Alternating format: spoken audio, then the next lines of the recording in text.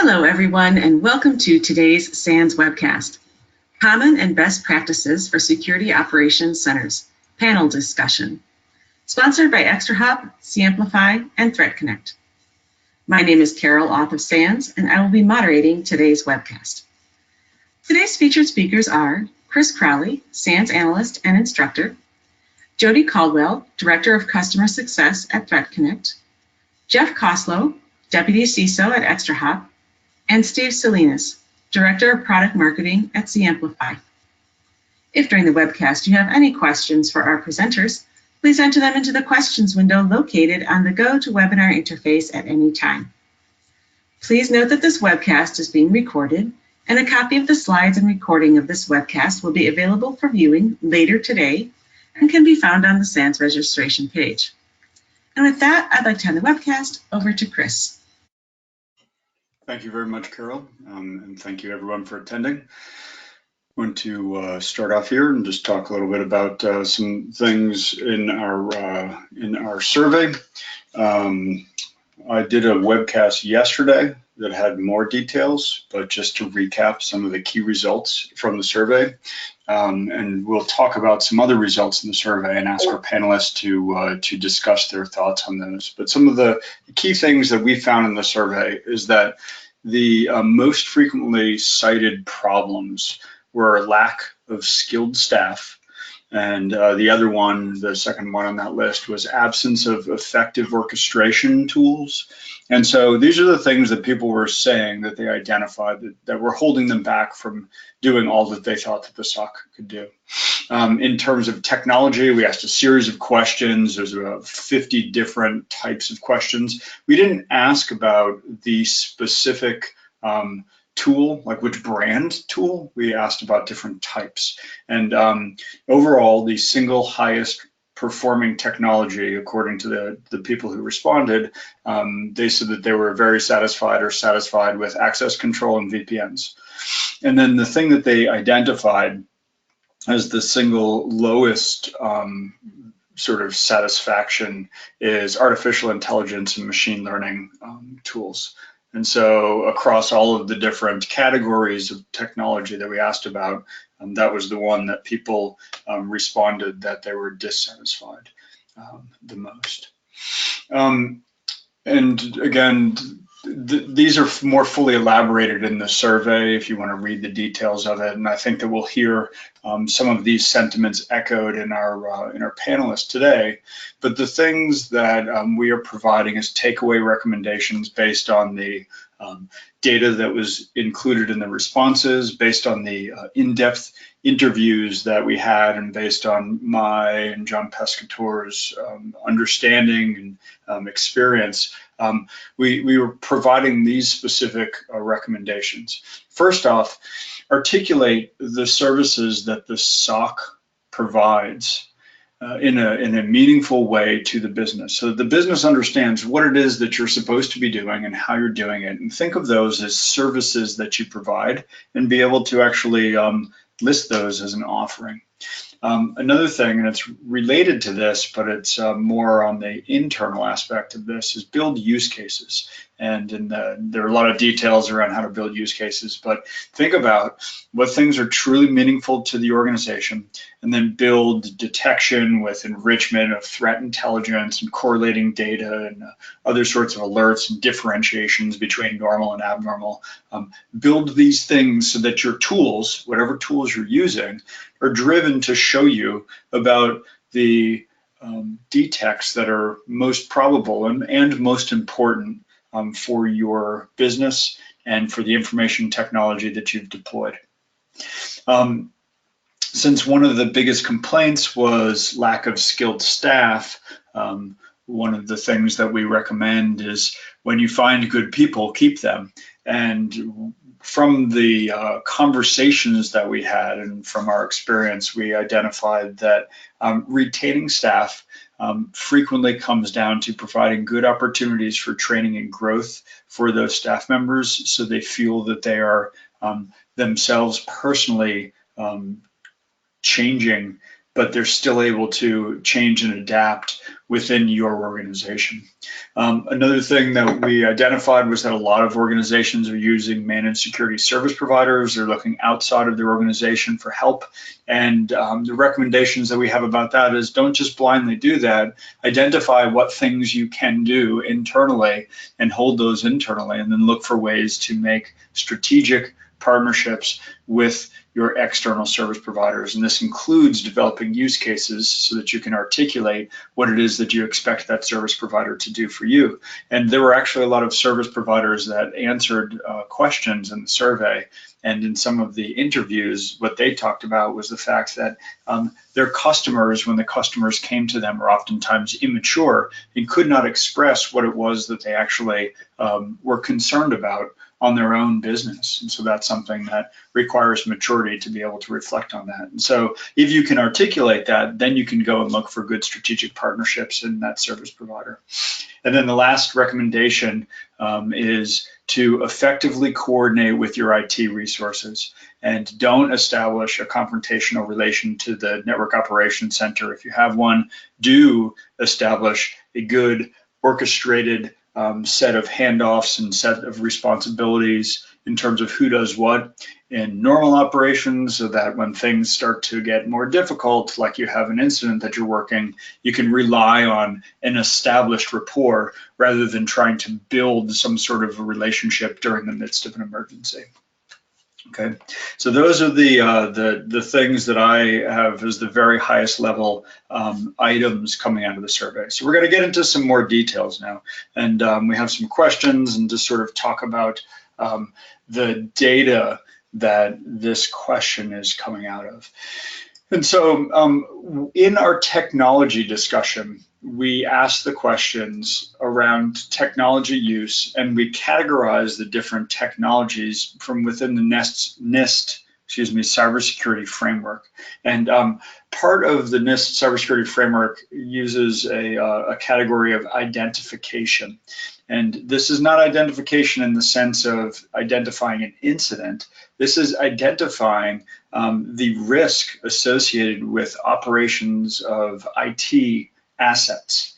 Okay. So the question that we asked is, for each technology used for identification defined by the CSF as developing an organizational understanding to manage security risk on systems and people and assets and data and capabilities, rate your satisfaction with tools that you would put into this category. So your SIM, any tool that you're using for risk assessment, any tool that you're using for log management, and any tool that you're using for asset discovery and inventory. And so the first question, and I'm going to ask each of the panelists in turn to do a brief introduction and then answer this first question.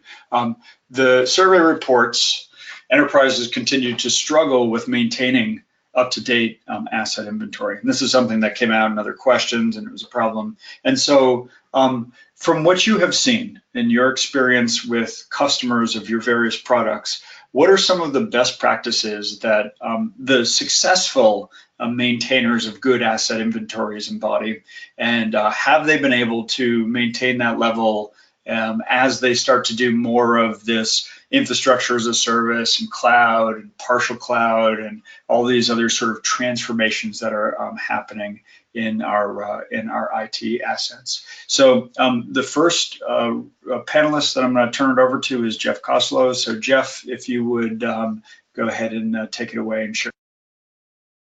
Yes, thank you. So first of all, I was spending a little bit of time in the green room, just kind of re-reviewing the whole report that came out, and I thought it was very well done. My congratulations to Chris and John who worked through it. As I read through it, I found lots of little nuggets that I found to be true, as well as finding there were various little amusing bits and humorous bits in there that I kind of appreciated. So thanks, guys. My name is Jeff Koslow. I'm the deputy CISO at ExtraHop. I've had a very long career in the cybersecurity industry. Mostly writing some code, very technical, hands-on CISO. So I want to answer some of these questions about that we have in here about the assets. the real problem here is that we're moving really fast, right? We're adopting the cloud, and you can go back in time and you can think about, well, when VMs came out, then I had a hard time keeping track of those assets, and now we're in the cloud, and now we're in Docker containers and all these things, all these assets. And I don't want to limit assets to just machines. I want to think about assets in terms of everything. And one of the things I always say that I got a lot of mileage out of is protect your assets commensurate with their value. And that makes sense. Most people get that right away. But it does mean a few things. First of all, it means that you know what your assets are. Number two is that you know their value. And then number three is you know how to protect them, right? Protect your assets commensurate with their value implies that you know some things.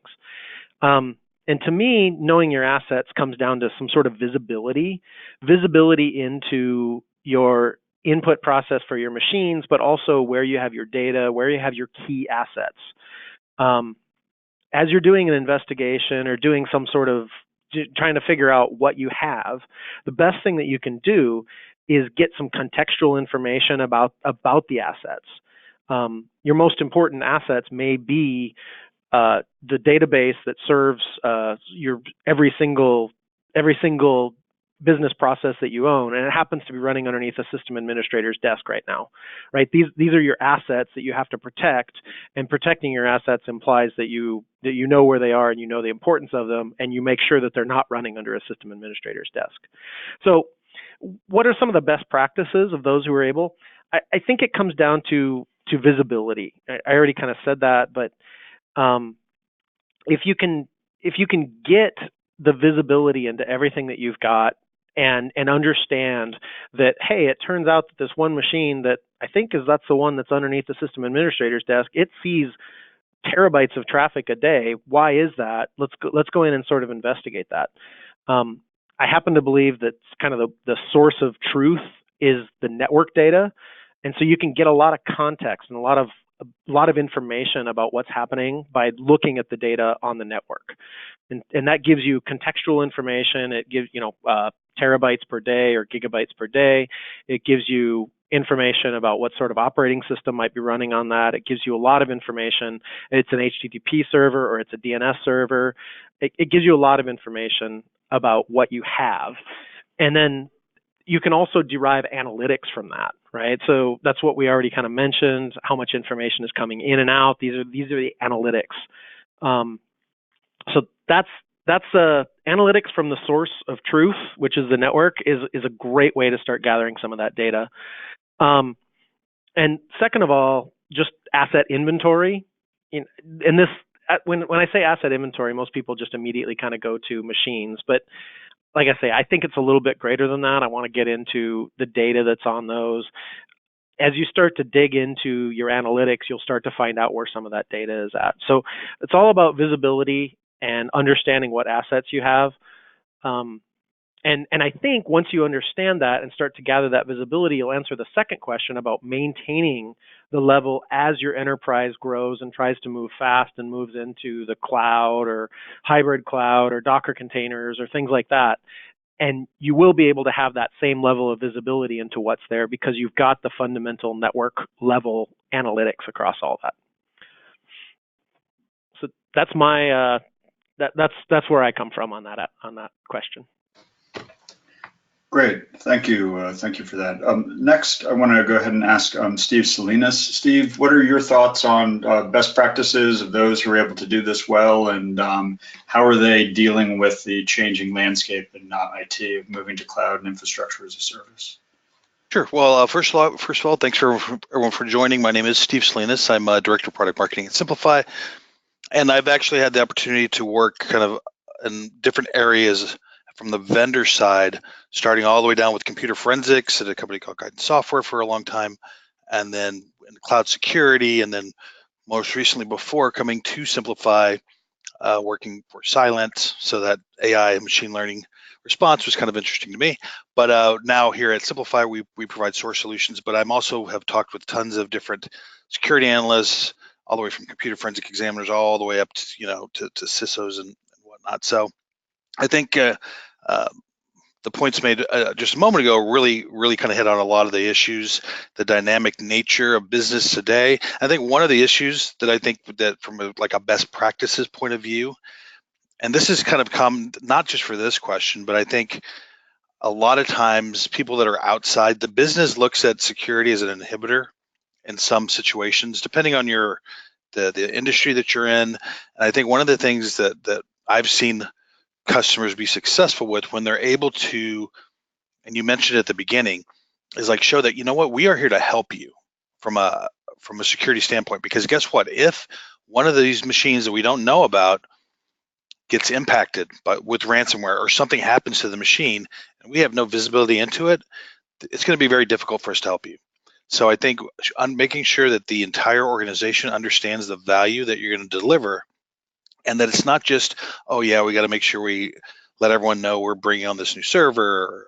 And I do get the point. I agree that, you know, we do kind of go straight to machines, but, you know, assets are credentials as well, right? Like, are people setting up new IDs because it's just faster to do this or that, the other, and all of that stuff just increases the opportunity for the attackers to take advantage of these assets, especially if we don't know about them.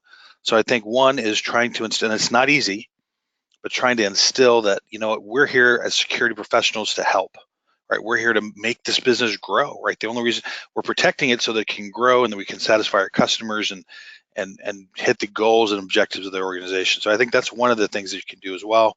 I mean, there's obviously some very basics as far as making sure that that the visibility that you can maintain is there. And what was interesting is, I think some of the organizations that have kind of gone more to the cloud, you might actually get a little bit better visibility, depending on the tools you're using there, into what's going on there, because it has that ability. But I know as well in the cloud, things are extremely dynamic.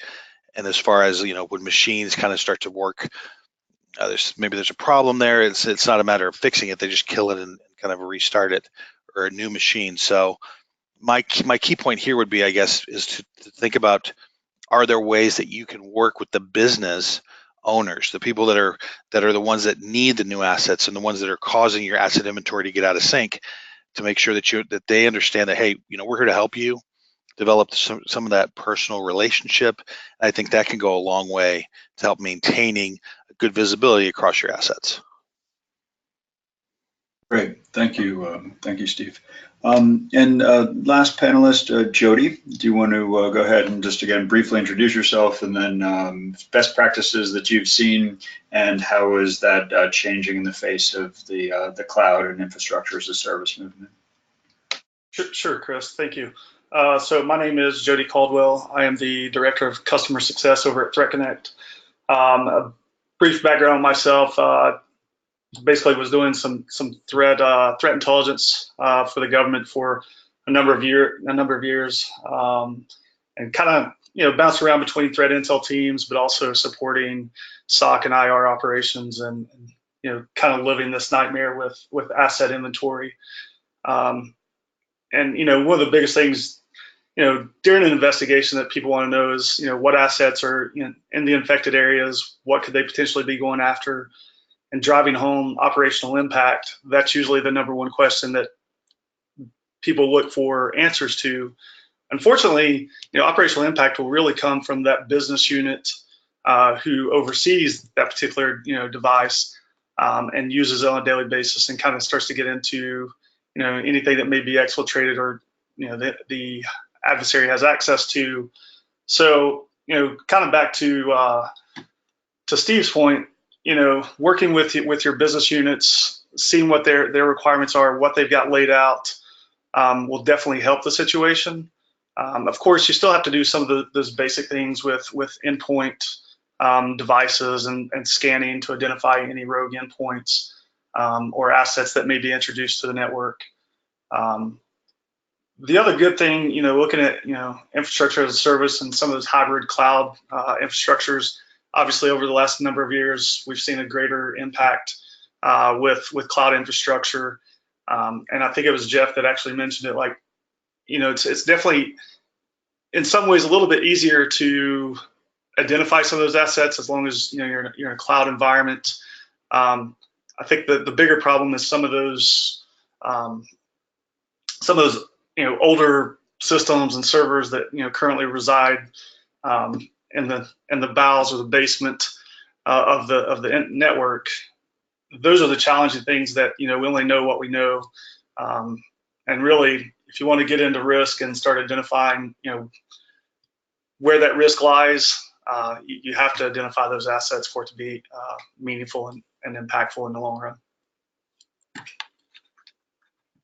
Okay, that's great. So I'm going to attempt just sort of to recap the things that all of the panelists said for this, and sort of abstracting and quickly taking away. So I apologize if I missed something that was in there as well. But the things that I heard were, make sure that you're expressing to the business the value of what you're doing in terms of trying to get this inventory, so that they're more cooperative to you, and that you're showing them that you're helping them by doing this, and not just creating one more checklist or data call or whatever it is that it takes the form of when you're asking them questions. And similarly, get into the workflow for provisioning, whether internal or cloud-based, in order to make sure that anytime that your company is buying an asset, that you're actually becoming part of that stream of creation. Other things from a best practices, it was think about counting the computers, but also think about identifying the data. And then finally, it was the, this is hard work, but we really need to do it. so again, I'm sort of abstracting and summarizing, and hopefully I did that justice for you all in terms of what your answers were. I'm going to move on to the next question here, and talk a little bit about some data that prefaces it in the survey. Again, the survey asked lots of questions, and we focused on technology for a lot of it. And one of the things that we said was the technology that's used for detection. And so detection defined as developing basically identification that something on your systems is problematic. So the differentiation of normal from abnormal. And this chart is in alphabetical order or reverse alphabetical order. So you can sort of see the dark green is very satisfied, the light green is satisfied, and the red is not satisfied. And then the bars represent overall number of responses for each of the technologies in use. So longer bars means more people are using it. More red means people dislike it. Okay, so that's kind of what this is saying. And again, the full printout is in the document. You can get it, but this is sort of the portion here for our questions. So. The first part, and what I'm gonna do for this is I'm gonna do the question in two parts. We have a 2A and a 2B, and I'm gonna ask each panelist to go through and answer first 2A, and then we'll do 2B. And so Steve's gonna be the first one on this, but what are the best practices of SOC managers who have successfully incorporated SOAR technologies? And so when you're thinking about this, think about the person who's overall responsible for the SOC. How are they making this SOAR technology work for everybody? So Steve. Sure. So, I think that one of the interesting things, if you look at that chart, I think it kind of tells a story by itself, and that's just only part of the different technology that companies are using. So part of the real challenge is you have all this great technology in place, you have a team that is just overworked and maybe not quite as big or has the right resources that you'd want. So when you hear SOAR and you start to see there's a lot of momentum around this type of technology, I think for the successful SOC managers, that they do a really good evaluation before they even get to evaluation. And I think you mentioned it before, is what are you trying to solve? Right, there are tons of problems that you could try to solve, or different challenges or ways you could try to make your SOC work better. What's going to be your primary and maybe your secondary use cases that you're trying to hit? Have that in mind when you're looking at what technology you're going to bring into place, because if you're looking for something that is really going to help with detection and triage, that might be a different tool than if you're looking for something that's going to do like a kind of really do full SOC management. That's a different type of SOAR technology.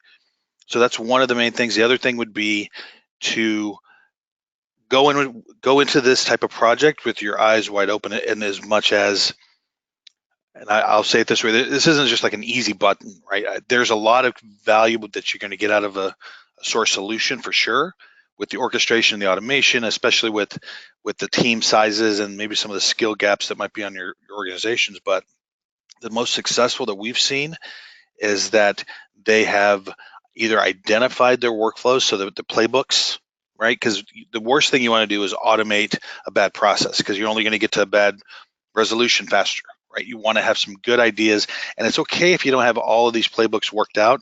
What I've actually seen is that some of the best projects is when you have maybe a team, and if you talk about a certain type of attack or a certain type of investigation, what you find is not every analyst in the SOC is going to attack that the same way. That's totally fine. You can use the SOAR technology to kind of vet and kind of maybe get the best of both worlds and come up with an automated flow that's going to be better than what's that 1 + 1 = 3 type of situation, where you're taking all your different flows. Some of them may even be just kind of on a scratch, on someone's notepad, and automate that. So the 2 points again is, what's your primary use case, because that should drive your tool selection. And then also, it's very, very important, if you want to be successful here, that you have the workflows identified or are ready to really identify those workflows that you want to automate. Otherwise, you're probably not going to be too pleased with your outcome. Great, thank you for that. Jody? Sure, and Steve, very good points. You definitely covered it, in a detailed fashion. A couple of things, that I would probably add is, we definitely have workflows and automation. Kind of determining, what kind of automation do you want to develop out of those workflows?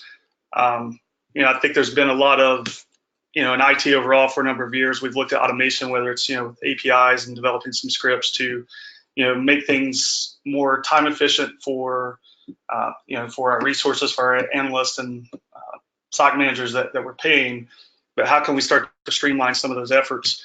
And if you're able to streamline those efforts and develop those into workflows, so essentially you're kind of taking a lot of those siloed processes and turning those into action items and workflows that will give you more desirable results.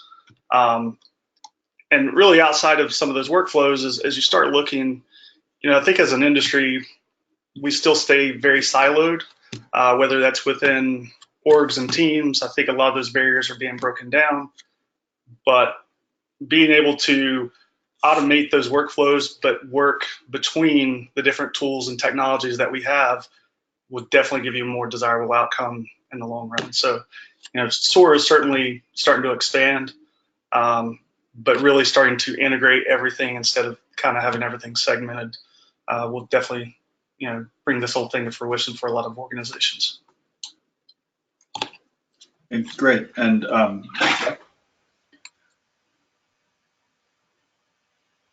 yeah, so I've been around the security industry for 20 years, and we talked about some automation tasks 20 years ago. A machine starts acting a little bit crazy, or you're not quite sure what it's doing. The first thing you want to do is just put some automation in to flip it over into an isolated VLAN. That was our holy grail 20 years ago. It feels like we've gotten closer to that holy grail, but we're not quite there. And over the time, I've had some time to think about this one. And to me, automation comes down to confidence, both in two areas of confidence. The first one is confidence in your diagnoses, right? You need to know that this really is something that's going wrong. And then you need to have confidence in your actions that you take after that. And when I kind of frame it that way, I get a lot of mileage out of figuring out what sort of things we can do. It's like, you don't automate your least, and this is obvious, but you don't automate the least well understood workflow that you have. You automate the one that you have the most confidence in. And so to me, again, it kind of comes down to a visibility and a contextual information and those areas that your SOC can just kind of go through and get done right away. obviously push those into your automation tool and start working on those, and expect some failures, expect some things that don't go quite right, expect some of your rules to not be quite correct, but that's okay, because as you build more confidence in certain other areas, then you'll be able to expand those workflows and go further into further automate things. So that's what I've found over the years. Okay, great. And again, I'm just going to quickly try to recap this one. So first off is the idea of whatever technology you select, make sure that you evaluate what you're trying to do with it, and that orchestration and automation might mean different things. Get a good understanding of what that means to you before you go shopping. In the orchestration and automation implementation aspects, the differentiation of investigation and response actions is an important aspect, and make sure that you're focusing on workflows where you have confidence in the things that you want to do as you automate them. Okay, so that was question 2A.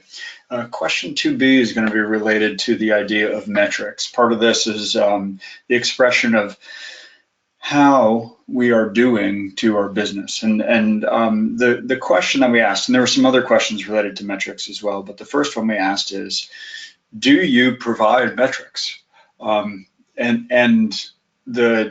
a couple of ways to look at this, but 57% said yes.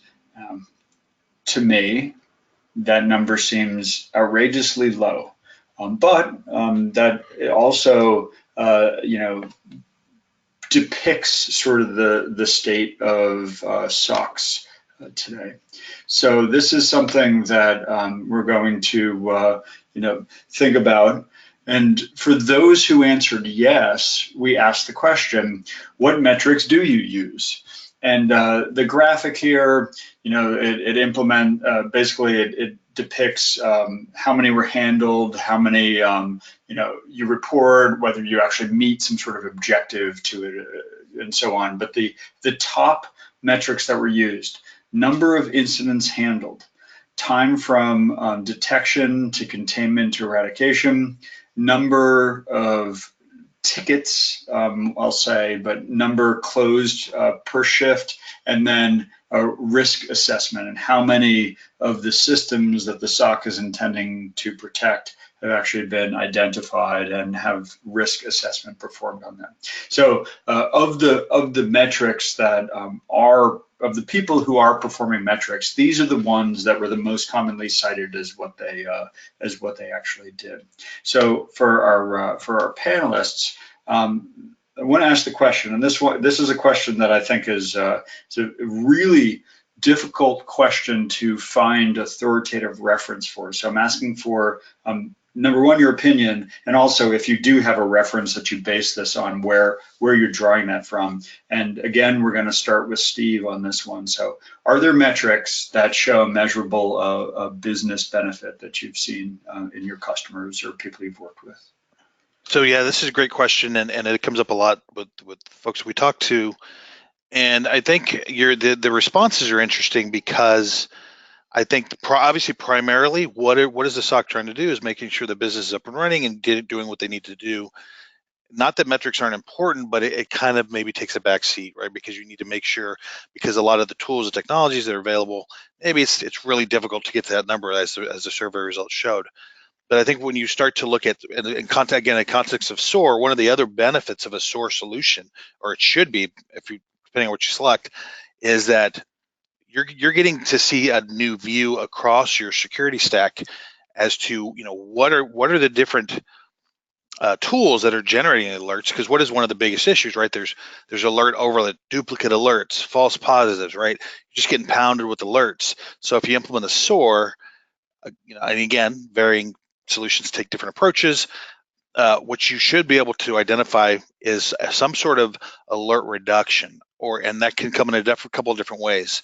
One of the main ones would be to identify those false positives, because part of it, and I think Jeff may have mentioned a minute ago, is like from a kind of an automation standpoint, one of the things you can do is to vet that validation steps. And I think this is what causes a lot of analysts. And I remember when I was with doing cloud security, we ran a SOC, and gosh, there was one job in that SOC that I just couldn't imagine anyone would want to do. It was log review. They literally had to go in there and look at the logs. I mean, it just seemed like it would be such. So, like if you got into this line of work, you might not think, wow, this is not something I want to do all the time, and maybe you decide to leave. And that kind of goes along with doing some validation and maybe having to pull data from this source and that source. It's all this manual copy paste. Well, if you implement a nice source solution, a lot of that stuff can be automated, and now you have a metric, right? So you can validate, and a lot of those are going to be false positives. So you should be able to see from a metrics perspective, the reduction in the alerts. You're going to also see, you should be able to see an improved efficiency or productivity per analyst, right? Because as we're seeing all of these cases come in, and depending on how the alert, like we group the alerts, and it kind of goes into a case, so you can see a nice reduction there, and the analysts are able to take care of more alerts than they were previously. So that's something that's going to help the business. And then the other thing I'll mention here, and it's, you could maybe argue, is this really a business benefit or maybe more a security benefit? But what you can finally start to see is, I have the security stack that I've invested all this money and time and effort into standing up. You know, which one is it working correctly, or which one of my tools? One of the things that we look at is, you know, what's providing all these false positives? What's causing them? Right, which tool is it? And then that could mean that there's just something that needs to be tuned better, more configuration needs to happen, but it also gives that visibility. And that's a metric, right? So if you can reduce your false positive, what does that mean? That means your team, no matter what size, is going to be able to provide a better level of service to the business. So that's kind of what we've seen out there. Okay, great, thank you. Jody, would you share your thoughts on that? Sure, thanks. So metrics, obviously are, able to provide a justification, and ultimately you want some desired outcome out of those metrics. And so, maybe that justification is you need more resources for particular shifts, or, even starting to look where as Steve just mentioned, where those alerts are coming from. Is it a signature management issue? Obviously, if you look at number of incidents handled, that could be quantifiable by a couple of different things, as far as, has reporting went up, so now I'm ingesting more indicators, or is it, we're being targeted more often, and so now we're seeing more alerts. But outside of kind of identifying, those alerts, like how many ultimately lead to an investigation, and then to Steve's point, once you kind of get to the investigation phase, how many are false positives, and how many are, actual, something we're actually going to work on, and this is going to turn into a full-fledged event. So those are important.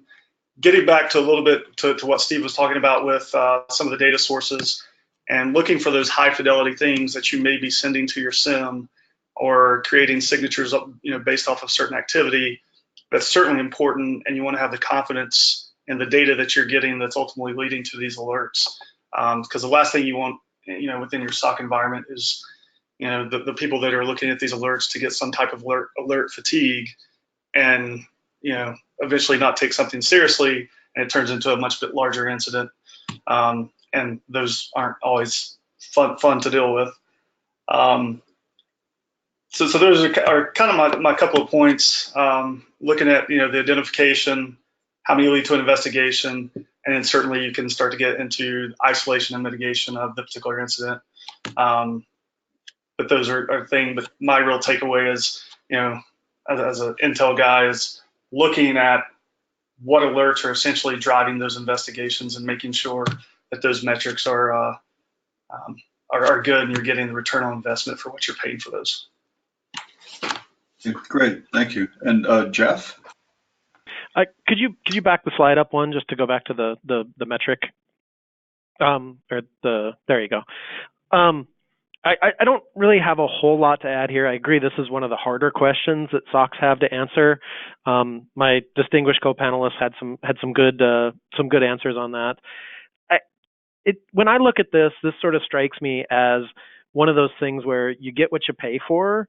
My background is in a lot of development, and one of the things that developers don't do is they don't metric individual developers on lines of code that they write, and they don't do that for a reason, because you get what you pay for, and in many cases you want to actually remove lines of code. The analogy doesn't quite apply to this, but when I look at this graph, I don't necessarily think number of incidents handled is the best metric. I don't think number of incidents closed in one shift is the best metric. I like the detection time. As I think about my CISO responsibilities, I think about detection to detection, time to detect, time to remediate or eradicate, whichever one of those you want to use. I think about it that way. The one I like the most on this one, though, is the risk assessment for systems conveyed to the SOC. That goes back to what I've been kind of hitting on this whole time is visibility and contextual information. If somebody's done some analysis, done some risk assessment, and then the same thing happens a month later and somebody brings it up, they want to have that information. So that would be my add to this is what I want to see is I want to see a continuation of the metrics and asking better questions and building better metrics as the SOC matures and figuring out what metrics are really the ones that you want to pay for to get completed. That's my theory. Great.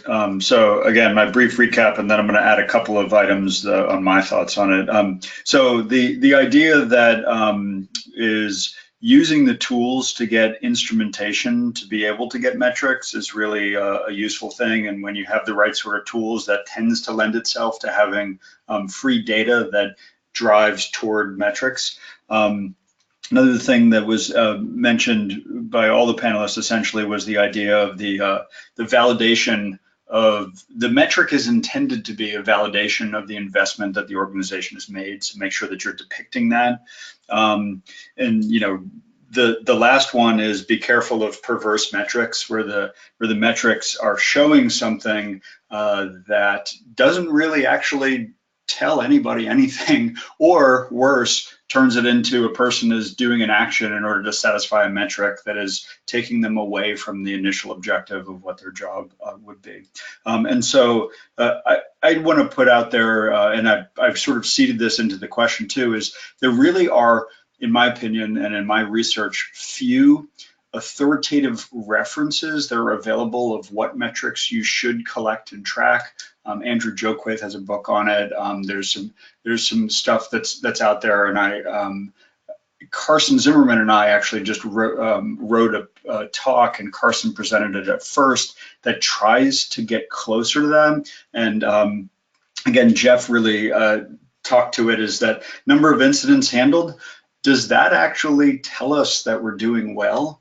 And I don't think that it does, in my opinion. It just tells us, hey, here's the sea level at this moment in time, and you know, maybe there was something that caused that, and maybe we can go and investigate why there were more. But does that actually is that a validated sort of expenditure of our time and effort? So this is something that I think it's really important, and it's very difficult to do well. And I think that the industry as a whole needs something that says, here are good metrics, not just, are you doing metrics, which I would rather see that number being closer to 95% of people collecting metrics, but then of the metrics that you're doing, here's how these are really relevant and valuable to your organization. So I think that this is an area of substantial improvement over the next couple of years.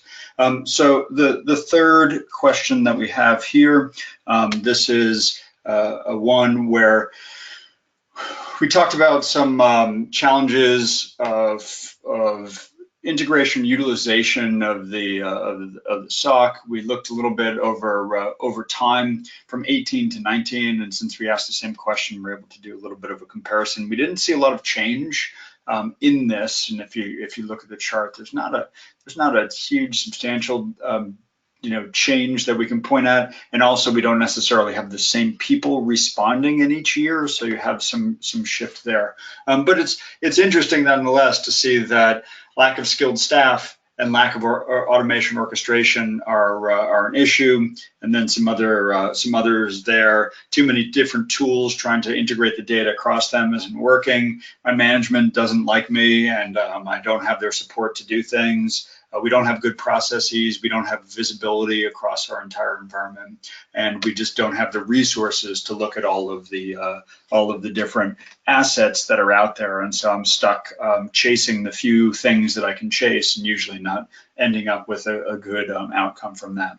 So the third question that I have here is, in terms of staffing, What are areas of SOC operations that you think are impacted from that? And is this a quantity problem, like we just need more analysts, or is it a skills problem, or is it both, where we don't have enough analysts and the analysts need to level up more?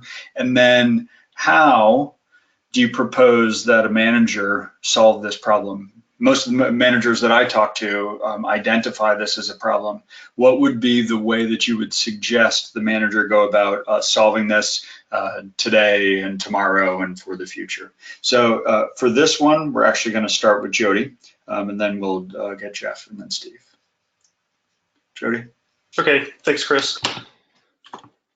So, when I kind of looked at this question, initially I would say, what areas of SOC operations are primarily impacted?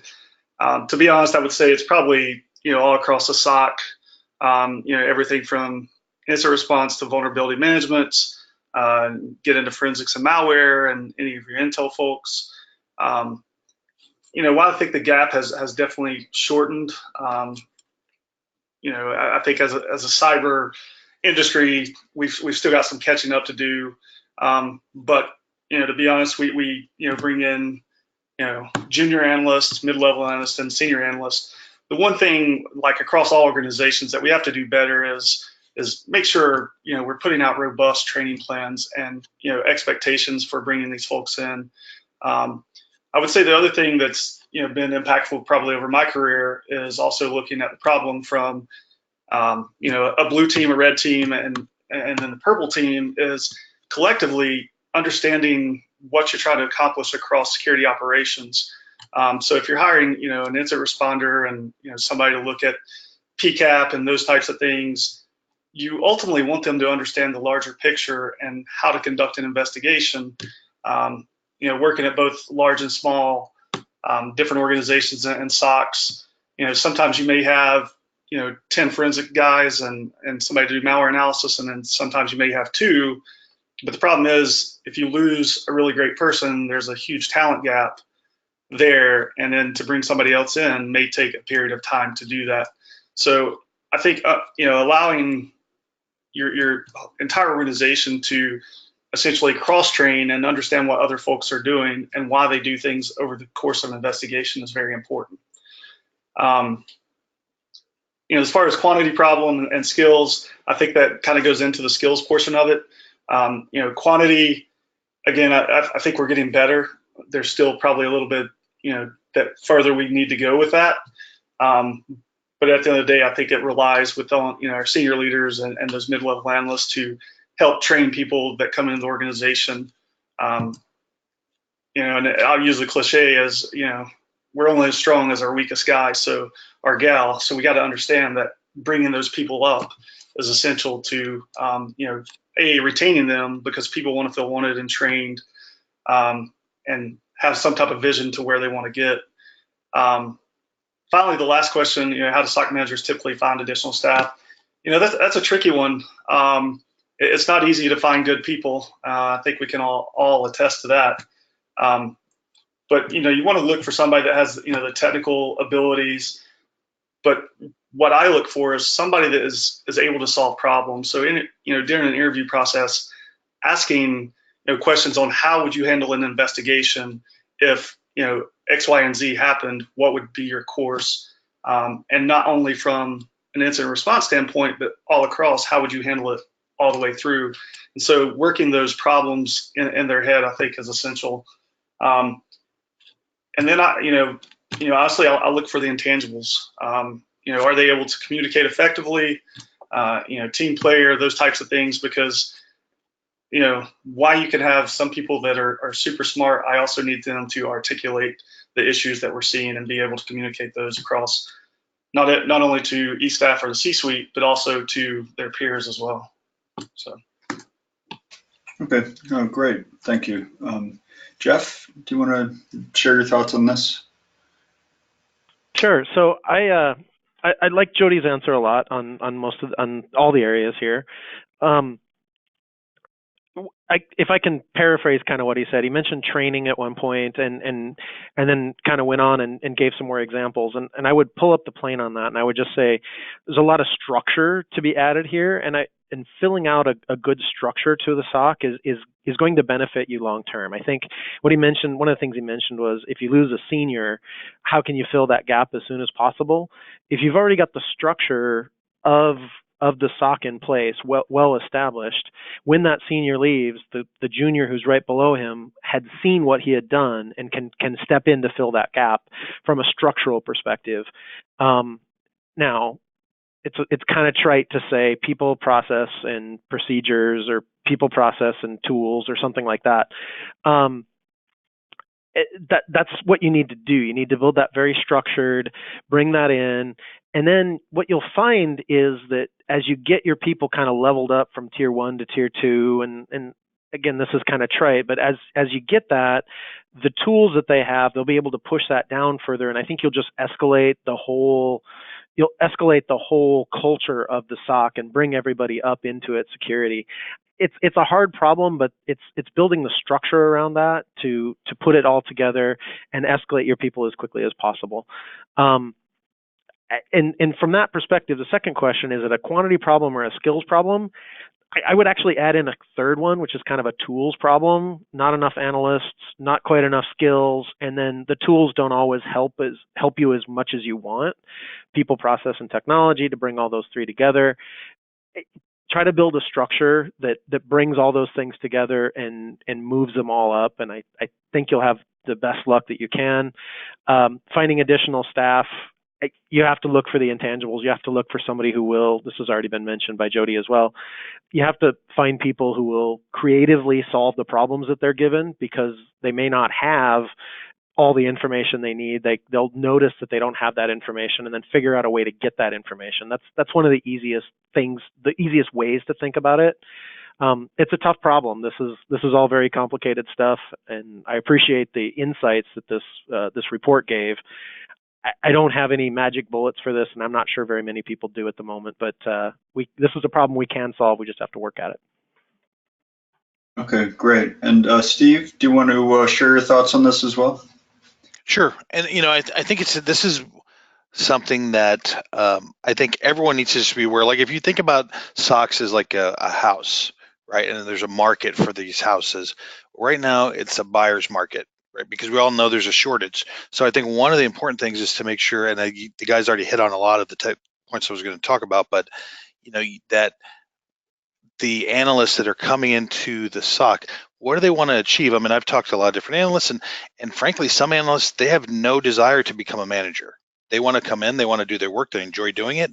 And for that person, there's a career path that needs to be developed that's going to support that objective. Now, if that's not something that's going to match the structure, like Jeff just mentioned, well, then maybe you need to think about something else, right? Maybe that's not a good fit for your organization, but there are definitely more open positions, no surprise, than there are available people. But I think that's where we can do a lot. I think part of the issue, the technology problem, is, as I mentioned earlier, I want to get into this line of business. I go to college for it, and I'm excited, and I come into a SOC, and I'm like doing very mundane work because that's what the technology requires, possibly, right? Or the stack that's in place. So are there ways you can improve that so that person feels like they can really start to learn? You can't become a senior analyst overnight, but if that's what you want to do, like, is there a way to make sure that they feel like they're contributing more than just doing some mundane work in there? So I would say that. And then the other point I would make here, and I do think it's across the board, depending on the company, that the SOC, is it a quantity or a skills problem? It's both. The thing that's interesting is, I think because of the technology, I've kind of thought here lately, the technology and kind of what these, so you have people that have been doing this work for a long time, and at some point they're going to retire, right? So they're leaving out of kind of the top, right? And then you have people that come in and they decide really quickly that this is not for me, and then they leave. So that's why this gap remains. So I think that's why they can be both a quantity and a skills problem. But the last point here, how do you find people that can kind of contribute quickly? I guess it all depends on the situation, but we've certainly seen, and I've seen, where an organization might take part of their part of the structure they're trying to secure, and look, is there an MSSP that can help provide some overlap here or to cover, right? And maybe it's not a long-term type of commitment, but if you can find someone that you need to bridge the gap there, and maybe it's something that over time that's how you continue. It's kind of like a hybrid where you have your SOC that's managing the majority of your assets and the security of them, but part of it is also working with an MSSP. Okay, great. So just to recap across all of the panelists, the ideas are have a good program that helps people to develop their skill set, cross-train in other skill sets, and get a large picture of the of what the SOC is intended to do to help the organization.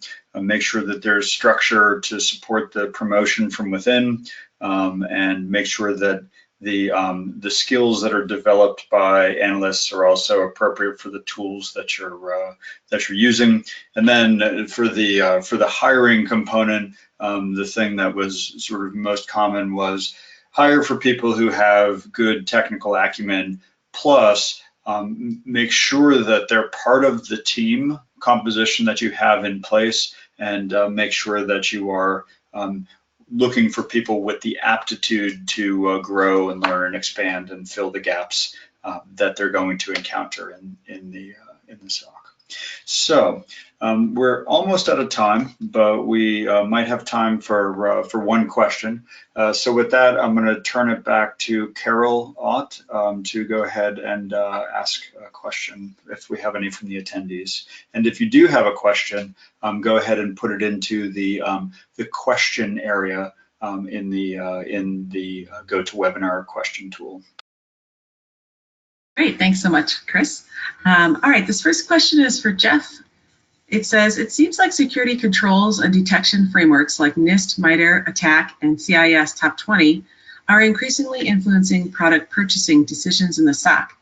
Did the survey gather any new data on this trend? And of course, when Jeff is done, anyone else can jump in. So to kind of repeat the question, the frameworks that are becoming very popular, and by the way, I really like the structured approach of most of these frameworks. I kind of hit on that during some of the last question.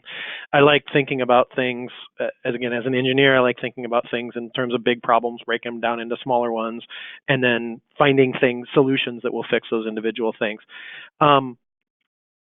So the question was, do these frameworks that are coming in kind of influence or what I saw in the report? And I think what I'm seeing is I am seeing a lot of those frameworks. I'm seeing a lot of these things kind of filter into the SOC. It's a little bit early to tell on that yet. It feels like some of the shifts I don't know if we have the slide where we've had things moved a little bit. Things didn't move a whole lot in there, and the frameworks are relatively new. Kind of what I expect to see. I expect to see a little bit more. I expect to see, as the market matures, I expect to see tools that do AI and machine learning start to go up. That was very low in the ratings right now, because machine learning and AI is not a product, it's a feature.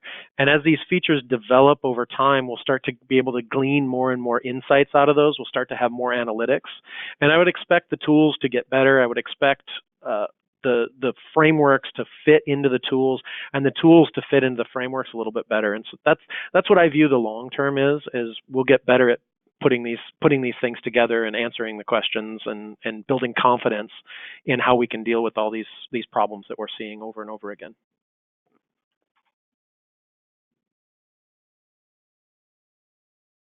All right, thank you. For SOAR implementations, where would you suggest a SOC begin the process? And let's start with Steve and see if anyone else wants to add. Sure. So, and again, we kind of covered a little bit of this in the discussion, but to circle back on it, the mistake or the thing you want to avoid is you get really excited about this great new technology and say, okay, we're going to go wide, and you go wide, and you run into bumps and bruises along the way, and then it starts to become very frustrating. So the best approach is to really, again, identify the use case that makes the most sense you want to target, and then within that use case, someone was mentioning during our discussion, You can't automate everything. You don't want to automate everything. Maybe in like a perfect state you would say that, but more than likely you're not going to automate all the way to the end. And one thing I'll mention too, the SOAR technology that's out there, it's not intended to replace analysts. It's supposed to augment them, right, to make them more efficient. But there are certain parts of that you can automate. So automate what makes sense, enrich those alerts, and then you kind of take it piecemeal, right? So you want to start with a very well-known, as someone was mentioning, use case or investigation type, and then slowly over time, it's important that you not only attack the right kind of investigation, one that you feel real confident you know exactly how you want to respond to it, and then make sure that everyone in the SOC, you start to give them exposure to that so they can get confidence in that, and you start to see some results, right? I think that's what's really going to drive. It's like with anything, if you can see some positive results, it gets people excited. You can start to see other stakeholders that aren't directly associated with the SOC. They start to see more efficiency happening, more productivity, and you can slowly expand, right? And I think that's really the best approach, is to kind of take smaller bites, and then as you get more confident, you grow and you grow and you grow, and before you know it, you will have a fully implemented SOAR across all your use cases.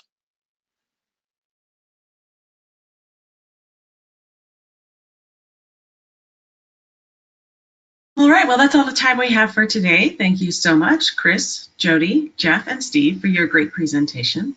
And to ExtraHop, Siemplify, and ThreatConnect for sponsoring this webcast, which helps bring this content to the SANS community. To our audience, we greatly appreciate you listening in. For a schedule of all upcoming and archived SANS webcasts, including this one, please visit sans.org/webcasts. Until next time, take care, and we hope to have you back again for the next SANS webcast.